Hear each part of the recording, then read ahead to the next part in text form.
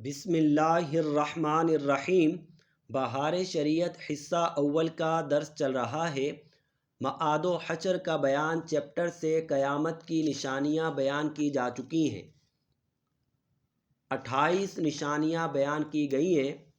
آپ پچھلے دروس میں ان نشانیوں کو سماعت کر سکتے ہیں۔ اس درس میں میدان حشر کے خوفناک مناظر کا تذکرہ کیا جائے گا۔ اللہ تبارک و تعالیٰ سے دعا ہے کہ اللہ تبارک و تعالیٰ ہمیں حشر کی گرمی اور سختی سے بچائے اور بروز محشر حضور جان عالم صلی اللہ تعالیٰ علیہ وسلم کی شفاعت نصیب فرمائے، بلا حساب و کتاب جنت الفردوس میں نبی مکرم صلی اللہ تعالیٰ علیہ وسلم کا پڑوس نصیب فرمائے۔ آ جائیے شروع کرتے ہیں۔ عقیدہ نمبر 1، قیامت بے شک قائم ہوگی، اس کا انکار کرنے والا کافر ہے۔ یہ اسلام کا بنیادی عقیدہ ہے۔ اگر کوئی شخص کہے کہ قیامت قائم نہیں ہوگی تو ایسا شخص دائرہ اسلام سے خارج کافر ہے۔ عقیدہ نمبر 2، حشر صرف روح کا نہیں بلکہ روح و جسم دونوں کا ہے۔ جو کہے صرف روحیں اٹھیں گی، جسم زندہ نہ ہوں گے، وہ بھی کافر ہے۔ یعنی حشر میں صرف روحیں آئیں گی، جسم نہیں آئے گا۔ کوئی اگر یہ کہتا ہے تو وہ شخص بھی دائرہ اسلام سے خارج ہے۔ حشر میں روح اور جسم دونوں آئیں گے۔ اور یہ بات بھی یاد رکھنے کی ہے، دنیا میں جو روح جس جسم میں تھی، اللہ تبارک و تعالیٰ اسی جسم میں داخل کرے گا۔ ایسا نہیں کہ کوئی نیا جسم اللہ تعالیٰ بنائے اور اس نئے جسم میں روح داخل کرے، ایسا نہیں۔ یعنی ہوگا یوں کہ عمومی طور پر عام لوگوں کے اجسام ریت کے ذروں کی طرح باریک ہو کر بکھر جاتے ہیں۔ اللہ تبارک و تعالیٰ ان بکھرے ہوئے ذرات کو جمع فرمائے گا، جسم بنا دے گا۔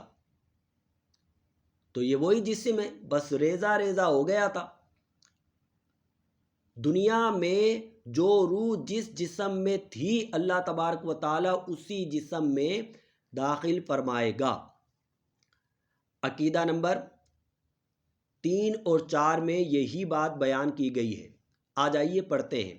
عقیدہ نمبر 3، دنیا میں جو روح جس جسم کے ساتھ متعلق تھی، اس روح کا حشر اسی جسم میں ہوگا۔ یہ نہیں کہ کوئی نیا جسم پیدا کر کے اس کے ساتھ روح متعلق کر دی جائے۔ عقیدہ نمبر 4، جسم کے اجزاء اگرچہ مرنے کے بعد متفرق ہو گئے، یعنی جیسا کہ ہم نے بتایا ریت کے ذروں کے برابر ہو کر پھیل گئے، جدا جدا ہو گئے اور مختلف جانوروں کی غذا ہو گئے، مگر اللہ تبارک و تعالیٰ ان سب اجزاء کو جمع فرما کر قیامت کے دن اٹھائے گا۔ آگے فرما رہے ہیں، قیامت کے دن لوگ اپنی اپنی قبروں سے ننگے بدن، ننگے پاؤں، نہ ختنہ شدہ اٹھیں گے۔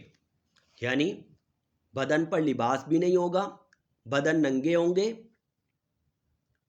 پاؤں میں جوتی بھی نہیں ہوگی، ننگے پاؤں ہوں گے اور نا ختنہ شدہ اٹھیں گے۔ کوئی پیدل، کوئی سوار، اور ان میں بعض تنہا سوار ہوں گے، اور کسی سواری پر 2، کسی پر 3، کسی پر 4، کسی پر 10 سوار ہوں گے۔ کافر منہ کے بل چلتا ہوا میدان محشر کو جائے گا۔ کسی کو ملائکہ گھسیٹ کر لے جائیں گے، کسی کو آگ جمع کرے گی۔ یہ میدان حشر ملک شام کی زمین پر قائم ہوگا۔ تو بتایا کہ یہ زمین کون سی ہوگی، جگہ کون سی ہوگی، یہ حشر کا میدان کس جگہ ہوگا؟ تو فرمایا یہ ملک شام ہے۔ آگے فرمایا زمین ایسی ہموار ہوگی کہ اس کنارے پر رائی کا دانہ گر جائے تو دوسرے کنارے سے دکھائی دے۔ اس دن زمین تانبے کی ہوگی اور آفتاب 1 میل کے فاصلے پر ہوگا۔ راوی حدیث نے فرمایا، معلوم نہیں میل سے مراد سرمے کی سلائی ہے یا میل مسافت۔ اگر میل مسافت بھی ہو تو کیا بہت فاصلہ ہے کہ اب 4000 برس کی راہ کے فاصلے پر ہے، یعنی سورج ہم سے کتنا دور ہے؟ 4000 سال کی مسافت دور ہے، اور قیامت کے دن 1 میل کی مسافت دور رہ جائے گا۔ آگے فرمایا، اور اس طرف آفتاب کی پیٹھ ہے، یعنی ابھی ہم سے 4000 سال کا راستہ ہے سورج۔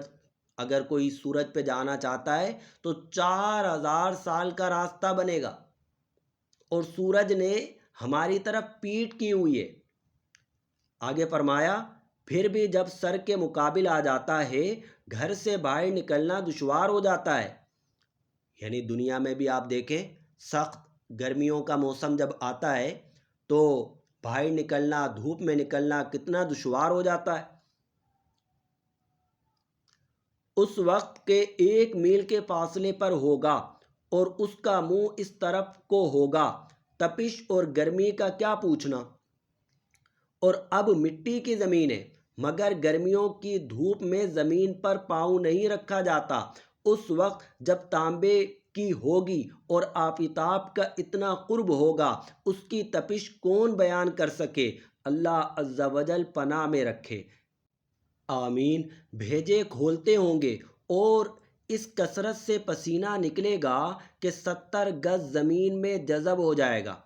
پھر جو پسینہ زمین نہ پی سکے گی وہ اوپر چڑھے گا، کسی کے ٹخنوں تک ہوگا، کسی کے گھٹنوں تک، کسی کے کمر تک، کسی کے سینے، کسی کے گلے تک، اور کافر کے تو منہ تک چڑھ کر مثل لگام کے جکڑ جائے گا، جس میں وہ ڈبکیاں کھائے گا۔ اس گرمی کی حالت میں پیاس کی جو کیفیت ہوگی محتاج بیان نہیں۔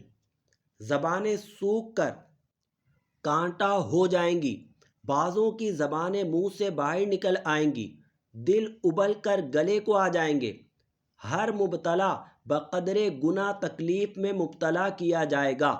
جس نے چاندی سونے کی زکوٰۃ نہ دی ہوگی، اس مال کو خوب گرم کر کے اس کی کروٹ اور پیشانی اور پیٹھ پر داغ کریں گے، یعنی اسے پنگلا کر پیشانی پہ لگائیں گے، پیٹھ پہ لگائیں گے، کروٹ پہ لگائیں گے۔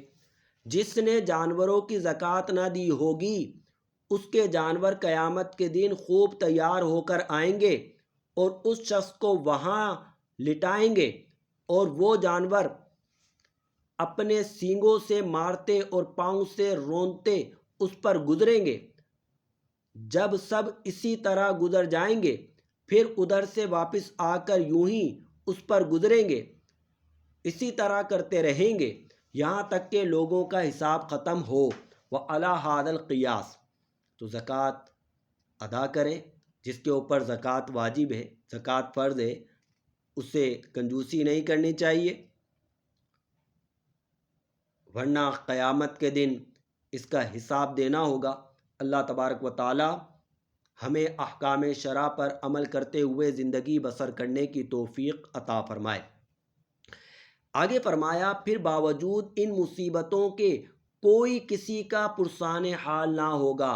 بھائی بھائی سے بھاگے گا، ماں باپ اولاد سے پیچھا چھڑائیں گے، بیوی بچے الگ جان چھڑائیں گے، ہر ایک اپنی اپنی مصیبت میں گرفتار، کون کس کا مددگار ہوگا؟ حضرت آدم علیہ السلام کو حکم ہوگا، اے آدم، دوزخیوں کی جماعت الگ کر۔ عرض کریں گے، کتنے میں سے کتنے؟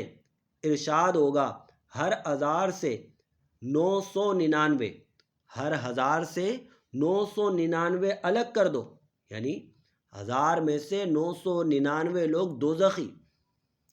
یہ وہ وقت ہوگا کہ بچے مارے غم کے بوڑھے ہو جائیں گے، حمل والی کا حمل ساقط ہو جائے گا، لوگ ایسے دکھائی دیں گے کہ نشے میں ہیں، حالانکہ نشے میں نہ ہوں گے، ولیکن اللہ کا عذاب بہت سخت ہے۔ غرض کس کس مصیبت کا بیان کیا جائے، ایک ہو، دو ہوں، 100 ہوں، 1000 ہوں، تو کوئی بیان بھی کرے۔ ہزارہ مصائب، اور وہ بھی ایسے شدید کہ الامان الامان۔ اور یہ سب تکلیفیں 2-4 گھنٹے، 2-4 دن، 2-4 ماہ کی نہیں، یعنی یہ تکلیف کے جو لمحات ہیں، یہ جو حشر کا دن ہے، یہ 4 گھنٹے کا تھوڑی ہے، 4 دن کا تھوڑی ہے، یہ 1 دن، 4 مہینے کا تھوڑی ہے، بلکہ قیامت کا دن کہ 50,000 برس کا 1 دن ہوگا۔ یعنی قیامت کا دن کتنا بڑا ہوگا؟